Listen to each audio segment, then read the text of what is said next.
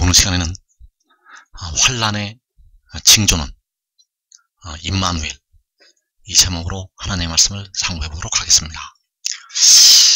환란의 징조, 바로 환란이 일어날 것을 알려주는 징조가 있습니다. 그래서 그 환란이 일어날 것을 알려주는 징조가 바로 성경의 말씀으로 나타나 있습니다. 그러나 하나님께서 이것을 아주 은밀하게 기록을 해 놓으셨기 때문에 우리가 말씀을 잘 살펴보아서 환란이 어떻게 일어나게 될 것인지 그 징조를 잘 살펴보아야 될 것입니다. 그래서 우리가 알아야 될 것이 성경에서 임마누엘이라는 이 말씀이 3번에 걸쳐서 나오고 있습니다. 성경에서 임마누엘이라고 말씀을 하는 곳은 딱 3군데가 나온다는 것. 그래서 첫 번째로 이사야 7장 14절에 임마누엘이 나타나 있습니다. 그러므로 주께서 친히 징조를 너희에게 주실 것이라. 보라, 처녀가 잉태하여 아들을 낳을 것이요 그의 이름을 임마누엘이라 하리라. 자, 여기서 임마누엘이라는 이름이 나오고 있고, 두 번째로는 이사야 8장 8절에 나타나고 있습니다. 이사야 8장 8절에서 흘러 유다에 들어와서 가득하여 목에까지 미치리라. 임마누엘이여 그가 펴는 날개가 내 땅에 가득하리라 하셨느니라. 자, 여기서 두 번째로 이사야 8장 8절에서 임마누엘이라는 말씀이 나타나고 있습니다. 그리고 세 번째로 마태복음 1장 23절에서 보라, 처녀가 잉태하여 아들을 낳을 것이요 그의 이름은 임마누엘이라 하리라 하셨으니 이를 번역한즉 하나님이 우리와 함께 계시다 함이라. 그래서 임마누엘이 이사야 7장, 이사야 8장, 그리고 마태복음 1장에서 3군데에서 이 임마누엘의 말씀이 나타나고 있습니다. 그래서 우리가 잘 아는 말씀은 바로 이사야 7장 14절에서 보라, 처녀가 잉태하여 아들을 낳을 것이요 그의 이름을 임마누엘이라 하리라. 그리고 마태복음 1장 23절에서 바로 그 동정녀 마리아가 우리 주님을 잉태해서 낳았을 때 그 말씀이 성취됐다는 것을 우리가 알게 됩니다. 그리고 이 이사야 8장 8절의 말씀은 아직까지 백성들에게 정확하게 열려지지가 않았고 이 말씀은 아직 이루어지지가 않았습니다. 그래서 여기에서 흘러 유다에 들어온다는 것은 바로 그 당시 아수르, 그 이방 나라들의 흉흉하고 잔인한 큰 하수가 되겠고, 그 물이 흘러 들어와서 목에까지 미친다고 하였고, 이때 임마누엘이 그가 펴는 날개가 그 유다의 땅에 가득하리라고 말씀을 하셨습니다. 자, 이 말씀이 아직 이루어지지 않았습니다. 이 말씀은 하나님께서 마지막 때까지 보시고 이사야를 통해서 종말을 예언하신 말씀이기 때문입니다. 그래서 처녀가 잉태하여 아들을 낳을 것이요 그 이름을 임마누엘이라 하리라. 자, 이 말씀 바로 히브리어로 알마가 잉태해서 아들을 낳을 것이요 그 이름을 임마누엘이라 하리라. 그래서 이 말씀이 2번에 걸쳐서 성취가 됩니다. 첫째로는 바로 만군의 여호와 하나님께서 이 땅에 하늘 보좌를 버리시고 육신으로 나시게 되었습니다. 그래서 여호와께서는 스스로 있는 자가 되시고 스스로 있는 자이신데 자기를 사람의 모양으로 낮추어서 오셨다는 것. 그래서 바로 육신으로 다윗의 혈통에서 나신 그리스도가 되시겠습니다. 그래서 이때 바로 마태복음 1장 23절에서 처녀가 잉태해서 아들을 낳는 그 말씀이 응하게 되고 그의 이름은 임마누엘이라 하리라고 말씀을 하셨습니다. 그리고 이 말씀이 알마가 잉태해서 아들을 낳는다는 이 말씀이 그 이름을 임마누엘이라 하리라는 이 말씀이 바로 지혜에게도 성취가 된다는 사실입니다. 자, 지혜는 스스로 있는 자가 아닙니다. 잠언서 8장에서 지혜는 스스로 있는 자가 아니고 태초에 태어난 자가 되겠습니다. 여호와께서는 태초 전에 계신 스스로 있는 자. 그래서 그가 올 때는 성결의 영이 오게 됩니다. 그가 올 때는 영이 하늘로부터 나게 된다는 것. 그래서 그는 성결의 영으로 하늘로부터 난 그리스도가 되겠고, 바로 이사야 8장 8절에 그 임마누엘의 말씀이 바로 이 지혜에게 적용이 되겠습니다. 그 날개가 내 땅에 가득하리라고 말씀을 하시는 그 임마누엘이 바로 그 지혜에게 적용이 된다는 것. 그래서 이 날개가 펴질 때는 바로 계시록 12장에서 하나님의 백성들이 큰 독수리의 두 날개를 받을 때가 되겠습니다. 이 날개를 펼칠 때는 계시록 12장에서 그 온 이스라엘이 큰 독수리의 두 날개를 받을 때, 그래서 정리를 하면 만군의 여호와께서는 하늘 보좌를 버리시고 육신으로 다윗의 혈통에서 나시게 됩니다. 그래서 만군의 여호와께서는 아들의 모양으로 오시게 되었습니다. 그래서 여호와께서는 하늘 보좌에도 앉아 계시는 아버지가 되셨고, 또 아들의 모양으로 나타나셔서 십자가를 지신 우리 주님도 되어지셨다는 사실입니다. 그리고 지혜는 헤롯을 입은 여인을 통해서 그 영이 하늘에서 땅으로 내려오게 됩니다. 이번에는 육이 오는 것이 아니라 그 지혜의 영이 하늘에서 땅으로 내려온다는 것. 그래서 여호와께서는 백성들의 영혼을 피로 사셨습니다. 그리고 지혜는 백성들의 썩어질 몸의 속량을 담당하게 됩니다. 바로 그 몸을, 백성들의 썩어질 몸을 속량을 한다는 것, 바로 영혼을 제물로 드려서 속량을 하게 됩니다. 그래서 우리가 알아야 될 것이 만군의 여호와께서 임마누엘이 되셨고 지혜도 임마누엘이 된다는 사실입니다. 만군의 여호와께서 임마누엘이 되셨고 지혜도 임마누엘이 된다는 것. 그러나 지혜는 여호와 하나님이 아닙니다. 십자가를 지신 주님은 여호와 하나님이신데 지혜는 여호와 하나님은 아니라는 것. 그래서 그 지혜를 통해서 마지막 때 환난당한 백성들에게 큰 독수리의 두 날개를 주시게 됩니다. 그래서 이 큰 독수리의 두 날개를 주실 때는 이제 백성들의 몸까지, 그 무덤으로 들어가는 몸까지 구원을 하시게 됩니다. 그래서 그 지혜가 바로 태초에 태어난 자가 되겠고, 바로 잠언서 8장에서 여호와께서 태초에 일하시기 전에 나를 가지셨다고 말씀하신 그 나라는 존재가 되겠습니다. 그래서 그 영이 하늘로부터 나게 됩니다. 성결의 영으로 하늘로부터 나는 그리스도. 왜 성결의 영인가 하면 그 영이 성결의 영으로 내려와서 흠없는 제물로 백성들의 몸의 죄를 속량을 하기 때문입니다. 우리 주님께서 그 육신이 제물이 되셔서 백성들의 영혼을 피로 속량을 하신 것처럼 그 영이 흠없는 성결의 영이 되어서 백성들의 육신에 거하는 죄를 속량을 한다는 것. 오늘까지 그 죄로 무덤으로 백성들이 들어가고 있기 때문에 그 무덤으로 들어가고 있는 그 육신의 죄를 그가 바로 태초에 태어난 지혜가 속량을 하게 됩니다. 그래서 그를 통해서 구원을 하실 때, 그때가 바로 이제 환난이 일어날 때가 되겠습니다.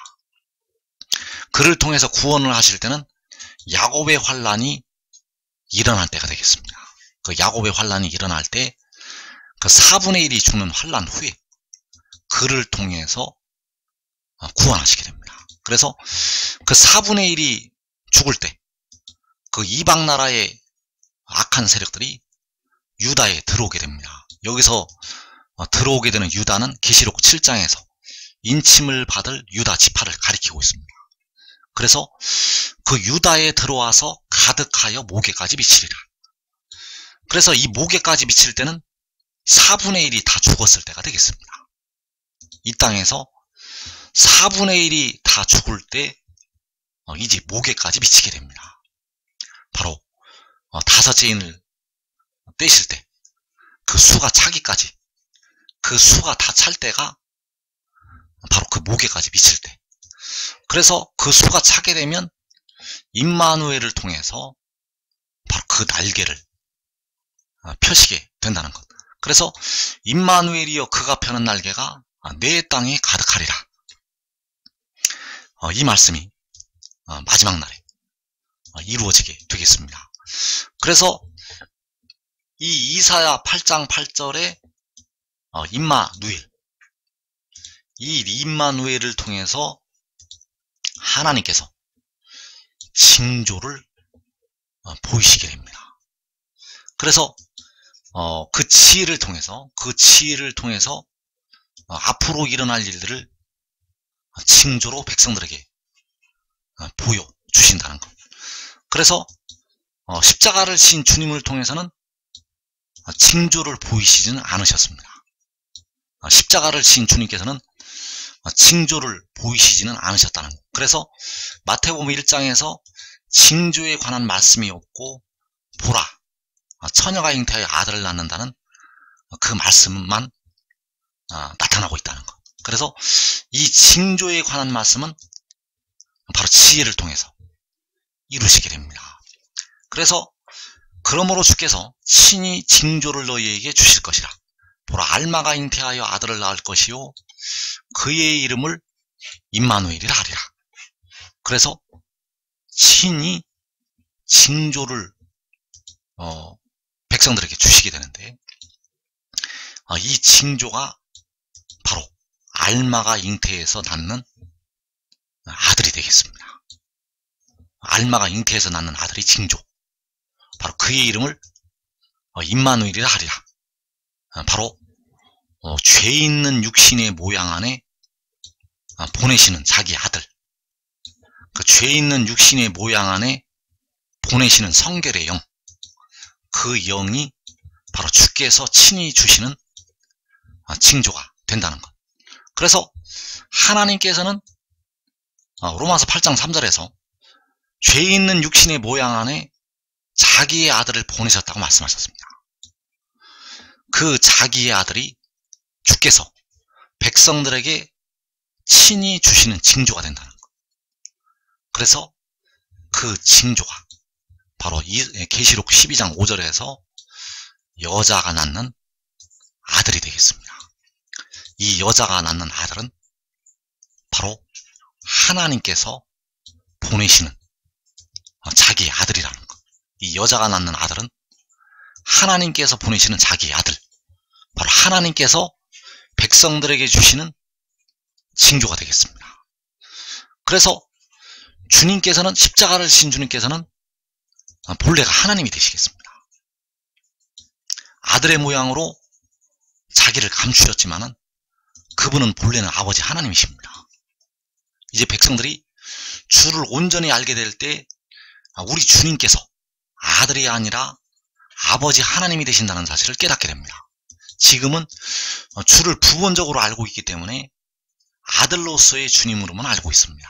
그러나 이제 주를 온전히 알게 될 때가 오면 우리 주님께서, 십자가를 지신 주님께서 아들이 아니라 바로 아버지 하나님이 되신다는 것을 깨닫게 된다는 것. 진짜 아들은 따로 있습니다. 그래서 그 진짜 아들이 계시록 12장에서 여자가 낳는 아들이 되겠습니다. 그래서 그가 장차 철장으로 만국을 다스릴 남자라고 말씀하셨습니다. 그래서 이 아들을 감추시기 위해서 주님께서 자신이 아들인 것처럼 자기를 숨기셨다는 것. 주님께서 십자가를 지셨던 주님께서 아들이 자기이신 것처럼 백성들에게 감추셨다는 사실입니다. 그러나 우리 주님은 아들이 아니시라 세세 찬양을 받으실 여호와 아버지가 되시겠습니다. 그래서 진짜 아들은 계시록 12장에서 여자가 낳는 아들이 되겠고, 그 아들이 바로 백성들에게 친히 주시는 징조가 되겠습니다. 그래서 그를 통하여 우리가 어떠한 징조를 알게 되는가? 바로 이사야 7장 15절에서 그가 악을 버리며 선을 택할 줄 알 때가 되면 엉긴 젖과 꿀을 먹을 것이라.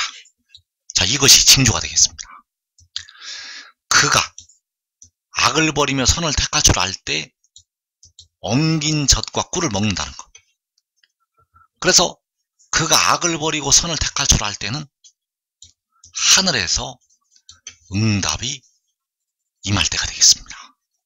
그가 악을 버리며 선을 택할 줄 알 때는 이제 공의를 행할 때가 되겠고, 그때가 바로 하늘에서 응답이 임할 때. 그래서 시편 20편 6절에서 그의 오른손에 구원하는 힘으로 그의 거룩한 하늘에서 그에게 응답하시리로다. 자, 그에게 하늘에서 응답이 임하면 악을 버리고 선을 택할 줄 알게 됩니다. 하늘에서 그에게 응답이 임하면 악을 버리고 선을 택할 줄 알게 된다는 것. 그래서 그 응답이 바로 하늘에서 임하는, 그 거룩한 하늘에서 그에게 응답으로 임하는 바로 여호와의 영이 되겠습니다. 자, 이 이사 11장 2절에서의 여호와의 영은 바로 일국 눈이 되겠습니다. 그래서 이사 11장 2절에서 그의 위에 여호와의 영, 곧 지혜와 총명의 영이요 모략과 재능의 영이요 지식과 여호와를 경외하는 영이 강림하시리니.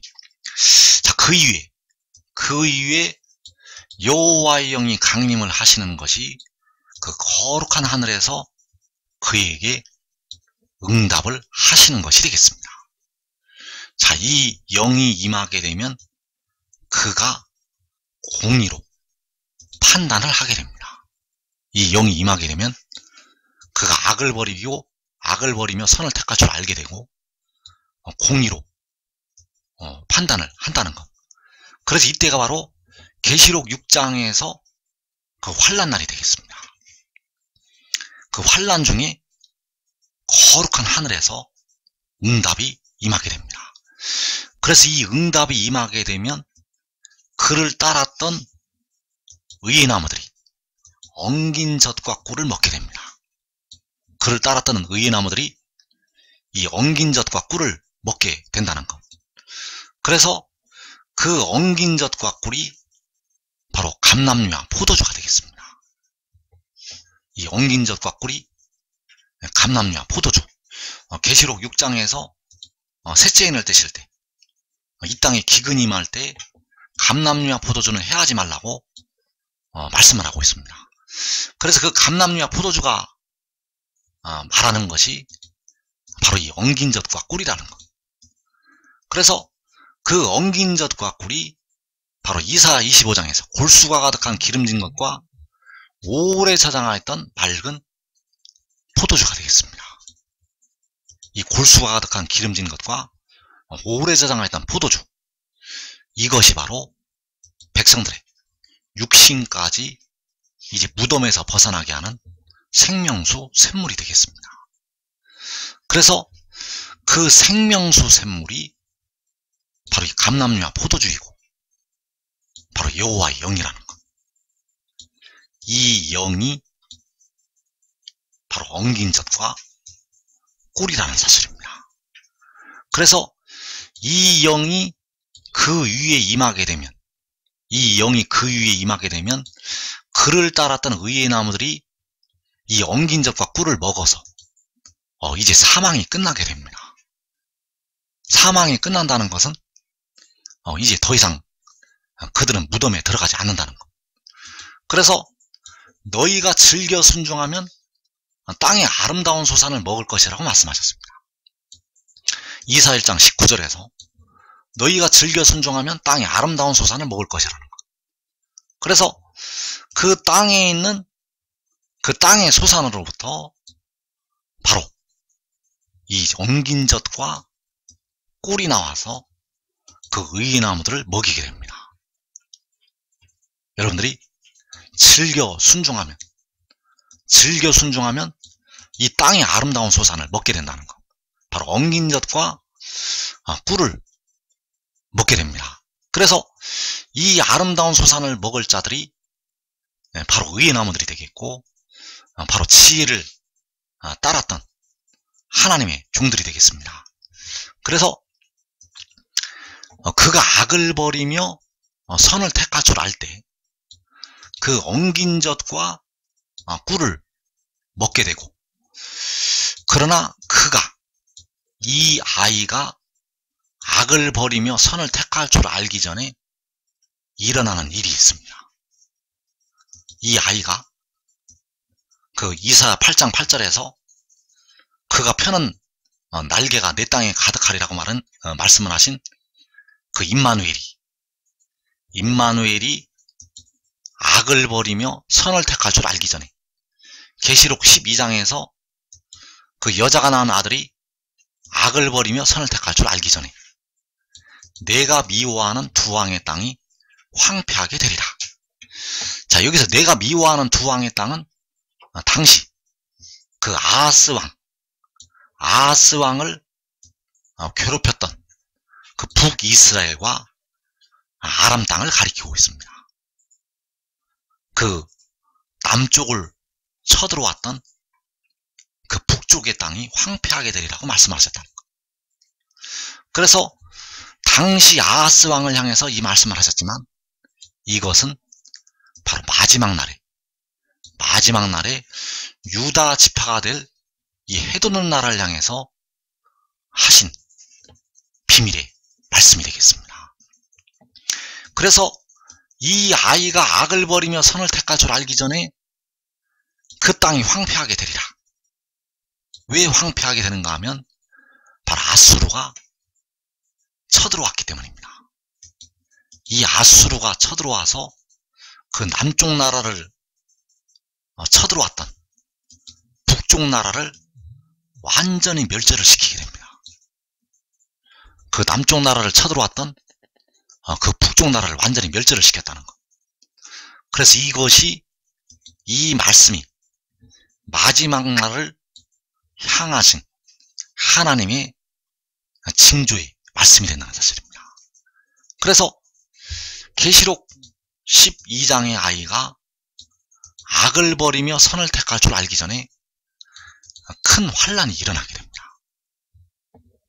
계시록 12장의 여자가 낳은 아들이 악을 버리며 선을 택할 줄 알기 전에 바로 그 임마누엘이 악을 버리며 선을 택할 줄 알기 전에 바로 태초에 태어난 지혜가 악을 버리며 선을 택할 줄 알기 전에 큰 환란이 일어난다는 것.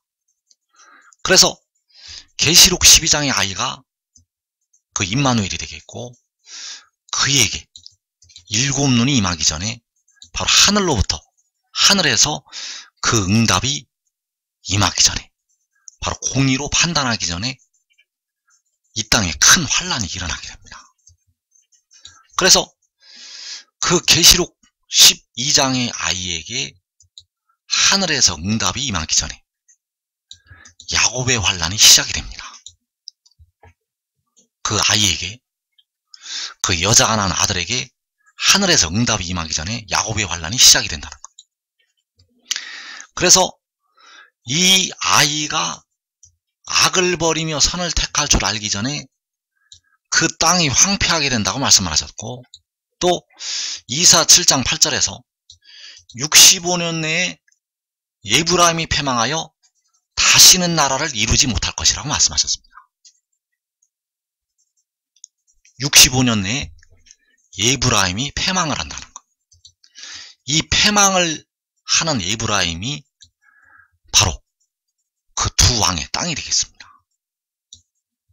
이 에브라임은 바로 북이스라엘이 되겠고, 북이스라엘이 패망을 한다는 것이 그 땅이 황폐하게 된다는 것. 그 땅이 바로 에브라임이 되기 때문입니다. 그래서 에브라임은 북쪽 나라가 되겠고, 북쪽 나라가 패망하여 다시는 나라를 이루지 못할 것이다. 북쪽 나라가 패망을 해서 다시는 나라를 이루지 못한다는 것. 그래서 이 북쪽 나라는 부지깽이 그루터기에 불과하니 그 나라를 두려워하지 말고 낙심하지 말라고 말씀하셨습니다. 북쪽 나라는 아무 힘도 쓸 수가 없는 부지깽이 그루터기에 불과하다는 것. 그래서 65년 내에 에브라임이 패망을 한다는 것이고, 또 이 아이가, 그 여자가 낳은 아들이, 그 임마누엘이 악을 버리며 선을 택할 줄 알기 전에 그 땅이 황폐하게 되리라고 말씀을 하셨다는 사실입니다. 그래서 대저 이 아이가, 그 임마누엘이 계시록 12장에서 여자가 낳은 아들이 악을 버리며 선을 택할 줄 알기 전에 그 땅이 황폐하게 되리라. 바로 그 북쪽 나라의 땅이 황폐하게 되리라고 말씀을 주셨습니다. 그리고 65년 내에 에브라임이 패망하여 다시는 나라를 이루지 못할 것이다. 자, 이 65년 내가 대저 이 아이가 악을 버리며 선을 택할 줄 알기 전이 되겠습니다.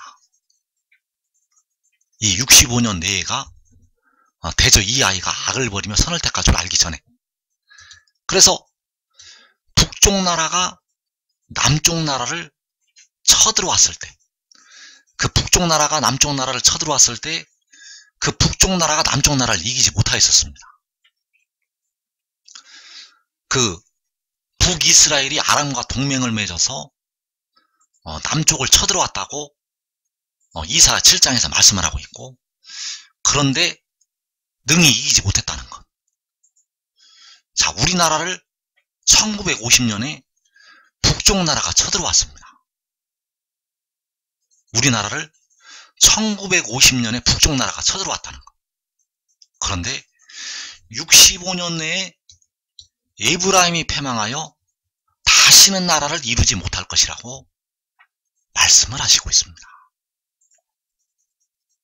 바로 65년 내에 에브라임, 바로 북쪽 나라, 그 북이스라엘이 패망을 해서 다시는 나라를 이루지 못한다는 것. 그래서 우리가 알아야 될 것은 대저 이 아이가, 바로 임마누엘이 계시록 12장에서 여자가 낳은 아들이 악을 버리며 선을 택할 줄 알기 전에, 바로 공의로 판단하기 전에 북쪽은 망하게 됩니다. 북쪽은 패망한다는 것. 폭삭 망합니다. 완전히 멸절됩니다. 북쪽은 이 아이가 악을 버리며 선을 택할 줄 알기 전에 패망한다는 것. 그리고 그것이 바로 65년 내 북쪽이 패망을 하는 것이 되겠습니다. 자, 북쪽 나라가 1950년에 남쪽 나라를 쳐들어왔는데 능히 이기지를 못하였다는 것.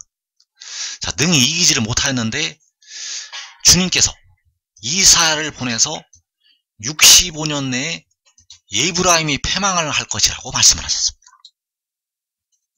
65년 내에 에브라임이 패망을 한다고 말씀하셨다는 것. 그 에브라임이 바로 북쪽 나라가 되겠고 북이스라엘이 되겠습니다. 그래서 65년 내에 북쪽 나라는 패망을 합니다. 65년 내에 북쪽 나라가 패망을 한다는 것. 그 북쪽이 패망을 하면 이어서 남쪽도 패망을 하게 됩니다. 그 북쪽이 패망하면 바로 이어서 남쪽도 패망한다는 것. 그래서 그 에브라임이 왜 패망을 하게 되었는가? 바로 그 아수르가 이방 나라들이 쳐들어왔기 때문입니다. 그 이방 나라들이 쳐들어와서 북쪽 나라를 멸절을 시켰습니다. 자, 이것이 당시 역사에게만 향해서 하신 말씀이 아니라 여호와께서 마지막 때까지 보시고 이것을 알려주셨다는 사실입니다. 마지막 때 바로 주님께서 너희가 내 이름 때문에 모든 민족에게 미움을 받으리라고 말씀하셨습니다. 그 모든 민족이 바로 이 아수르가 되겠고 이방 나라들이 되겠습니다. 그 이방 나라들이 북쪽 나라를 멸절을 시킵니다. 65년 내에 그 북쪽 나라를 멸절을 시킨다는 것. 그리고 그때가 역시 65년 내가 되겠고 이 아이가 악을 버리며 선을 택할 줄 알기 전이 되겠습니다. 그래서 북쪽을 멸절을 시킨 그 이방 나라가 남쪽 나라를 향해서 쳐들어오게 됩니다. 그 남쪽 나라를 향해서 쳐들어올 때가 바로 그 흉흉하고 창이라는 큰 하수가 흘러 유다에 들어와서 가득하여 목에까지 미칠 때가 되겠습니다. 그래서 그 작은 성읍만 제외하고 이 남쪽 나라도 거의 멸절이 됩니다. 이 남쪽 나라도 이 이방 나라들에 의해서 멸절이 된다는 것.